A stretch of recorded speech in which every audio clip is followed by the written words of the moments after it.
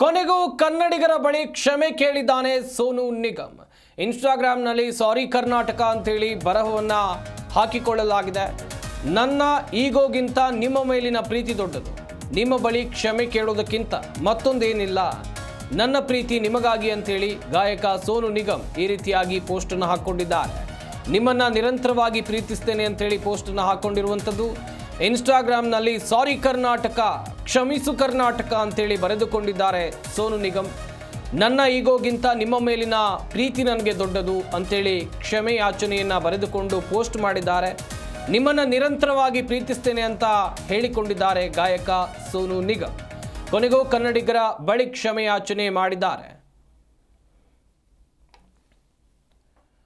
Sorry Karnataka, my love for you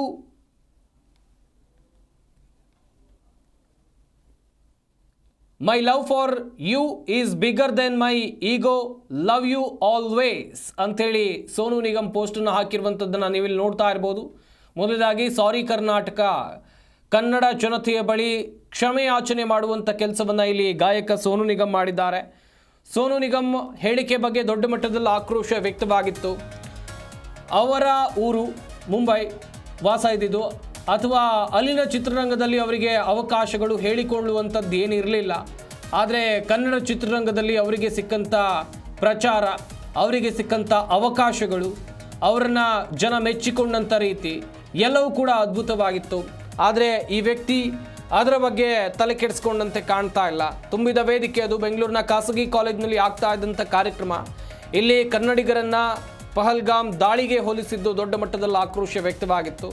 ಈಗಾಗಲೇ ಚಲನಚಿತ್ರ ವಾಣಿಜ್ಯ ಮಂಡಳಿ ಕೂಡ ಇವರನ್ನ ಬ್ಯಾನ್ ಮಾಡಿದೆ. ಆಲ್ರೆಡಿ ಬ್ಯಾನ್ ಮಾಡಿ ನಿರ್ಧಾರವನ್ನು ತೆಗೆದುಕೊಂಡಿದೆ. ಒಂದು ರೀತಿ ಗಟ್ಟಿ ನಿರ್ಧಾರ. ಇದರ ಬಳಿಕ ಇಷ್ಟೆಲ್ಲ ಆಗ್ತಾ ಇದ್ರೂ ಕೂಡ ಸೋನು ನಿಗಮ್ ಕನ್ನಡಿಗರ ಬಳಿ ಕ್ಷಮೆ ಕೇಳುವಂಥ ಕೆಲಸವನ್ನು ಮಾಡಿರಲಿಲ್ಲ. ಬೆಳೆಸಿದ್ದು ಕರ್ನಾಟಕದವರು, ಹಾಡಿದ್ದು ಕನ್ನಡ ಹಾಡುಗಳನ್ನು ಫೇಮಸ್ ಆಗಿ ಈ ವ್ಯಕ್ತಿ ಫೇಮಸ್ ಆಗಿದ್ದು, ಆದರೆ ಉದ್ದಟತನವನ್ನು ತೋರಿದರು.